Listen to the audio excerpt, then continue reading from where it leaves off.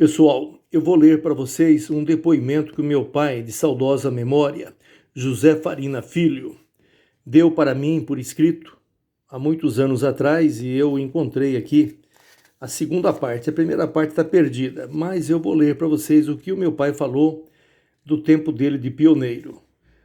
Ele disse que todos os filhos dos 6 filhos, 4 nasceram na zona rural e 2 na cidade.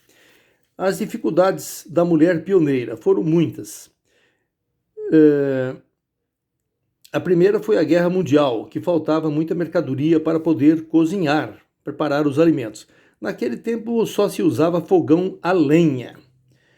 A maioria dos partos, acho que 99%, eram feitos por intermédio de parteiras ou das comadres, né? Todo mundo tinha uma comadre que sabia fazer parto.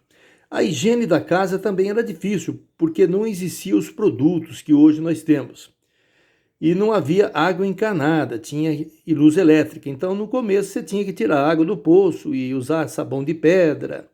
E era complicado, certo? Muito mosquito, muita poeira. Havia uma grande falta de escolas. Para os meninos e meninas da zona rural era muito difícil para estudar. Uma das primeiras professoras daquela época era a dona Maria Teixeira Jorge. Uma das angústias foi quando, em 45, quando tínhamos nosso cafezal, né, formado, com 4 anos de plantio, veio uma geada e queimou o cafezal. A alegria para o meu pai e a família dele na época era quando mais um lote de terras era derrubado na vizinhança. Então era sinal que íamos ter novos vizinhos. Vejam vocês, a alegria do pioneiro era quando vinha mais pioneiro para eles terem ajuda mútua, né? Mutirões e até para pedir, né? Uma enxada emprestada, um arado, essas coisas. O único meio de comunicação da época era o correio. No comecinho de tudo era o correio, que já funcionava bem no Brasil. Naquele tempo, as notícias eram quase impossíveis de se obter, porque rádio quase que não existia. Rádio eram pouquíssimos, né? E quase ninguém tinha energia elétrica. Jornal também não havia no começo. Os mosquitos, estes foram um caos sério, assim meu pai falou, né? Um caos sério. Havia um tal de birigui, mosquito birigui, bem miudinho, que incomodava muito. Havia muitos pernilongos também, borrachudos. Este borrachudo teve um ano que a gente, para trabalhar, tinha que amarrar lenço no rosto, porque eram muitos, né? E eles incomodavam por demais. Mas, porém, não vi falar que causassem alguma doença, a não ser o sinal e a coceira que dava, né? O sinal da ferroada e a coceira. A causa do desenvolvimento do município de Rolândia por muitos anos foi o café, o qual ocupava muita mão de obra. O povo ganhava dinheiro e também podia gastar no comércio. Naquele tempo não havia venda à prestação, a não ser com raras exceções. O interesse da maioria em vir para Rolândia, para o norte do Paraná, é porque a fama nossa aqui é que eram as melhores terras do Brasil, boas águas, né? E também falava-se do trem, falava-se do povo honesto, trabalhador. A participação do estrangeiro em nosso município foi muito grande, apesar do grande número de paulistas, mineiros, baianos e catarinenses, nortistas, que também vinham em grande quantidade. Um dos fatos interessantes da época do meu pai foi o fato de que o irmão dele, o Antônio, tio Tonico, já falecido, quando vimos do nosso sítio, localizado acima da represa do Engazinho, para os bailes e festas na cidade, como nós não tínhamos lanternas a pilha, nós compramos uma lanterna daquelas feitas com vidros, 4 faces, né? E no meio dessa lanterna de vidro, nós colocávamos uma vela acesa Para nós foi uma grande alegria, um grande conforto. Uma simples vela acesa representava até status. E quando a gente chegava na cidade, nós escondíamos a lanterna com a vela no matagal aqui perto do atual ginásio de esportes Emílio Gomes. E aí quando a gente voltava da cidade para o sítio, a gente pegava essa lanterna e tínhamos muito medo de sermos atacados por onças. E durante muito tempo a gente tinha esse medo, mas graças a Deus nunca fomos atacados. Assim disse o meu pai na entrevista que ele me deu por escrito. Outro fato que quero mencionar, disse José Farina Filho, para terminar, é que na época fui corretor de imóveis, credenciado pela Companhia de Terras Norte do Paraná. Puxei muita lenha.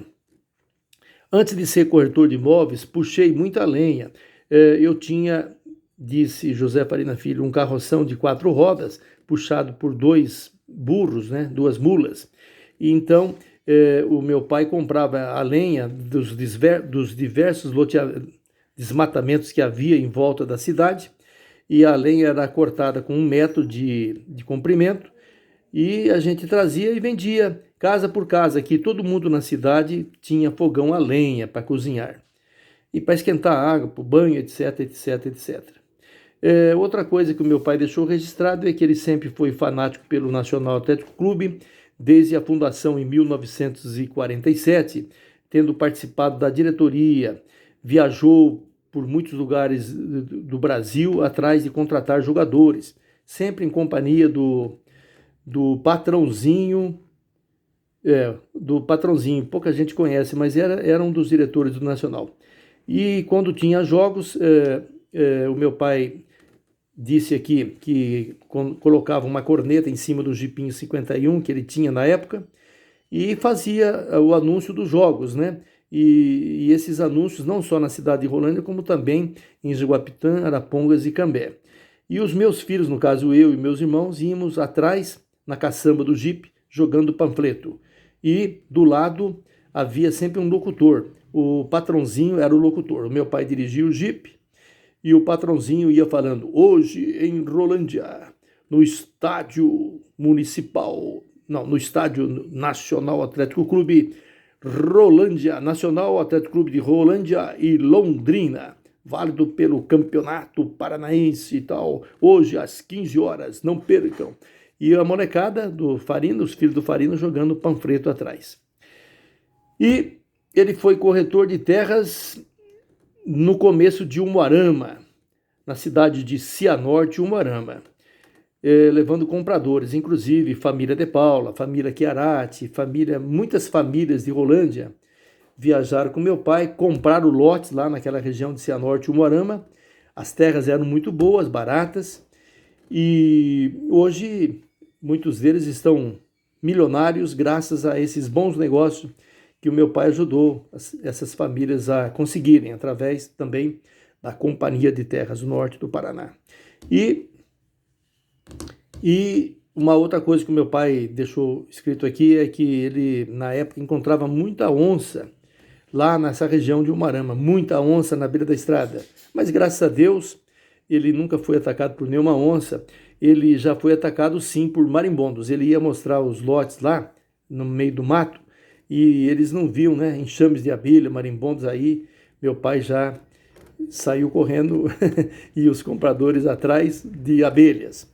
E eu me lembro muito bem também, isso não está escrito aqui, mas eu me lembro que meu pai andava de bota até no joelho, porque na hora de andar na Mata Virgem lá, muitas e muitas vezes encontraram cobras venenosas, né, cascavéis, jararacas, e o único jeito de não ser morto por essas cobras era usar bota de couro até próximo do joelho.